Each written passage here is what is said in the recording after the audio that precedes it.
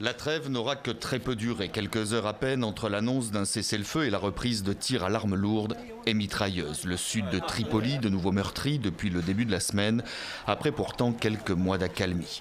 Et les appels répétés du gouvernement d'union nationale, soutenus par la communauté internationale, ne semblent pas porter plus loin que les murs de cette salle où ils sont prononcés. L'État et le Conseil ne resteront pas les bras croisés devant ces affrontements et peuvent prendre beaucoup de décisions cruciales. L'impuissance des autorités face à des combats opposant ses propres milices à d'autres venus du sud-est de la capitale, en quête de pouvoir et d'argent qui cherchent à faire main basse sur les biens de l'État. De nombreuses familles seraient toujours bloquées dans les zones de combat et des centaines de migrants ont dû être transférés. La tension est palpable dans la foule. Ces 2000 manifestants d'extrême droite sont pour l'instant calmes, mais certains sont prêts à en découdre. Ils sont ici car ils affirment qu'ils doivent s'autodéfendre contre les immigrés, que la criminalité a augmenté à cause de l'arrivée des réfugiés en Allemagne. Les statistiques officielles disent le contraire, mais ils ne le croient pas.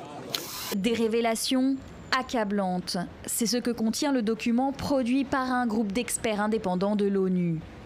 Non à l'appui, il explique noir sur blanc que des membres de groupes armés sont impliqués dans des attaques terroristes au Nord Mali. Ces mêmes groupes armés censés être des alliés des forces internationales et signataires de l'accord de paix d'Alger. Signé en 2015, cet accord entre la coordination des mouvements de l'Azawad, la plateforme et l'État malien avait pour but de mettre fin au conflit dans la région. 3 ans après, les experts mettent en cause la mauvaise foi de ses signataires.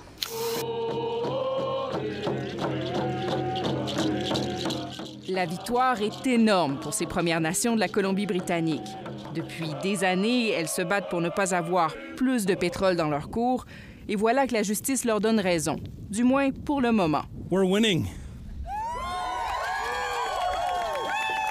We're winning. Nous gagnons, dit ce leader autochtone. La Cour respecte nos valeurs culturelles. Ottawa peut soit faire appel ou tenir davantage de consultations avec les Autochtones et mieux examiner les aspects environnementaux.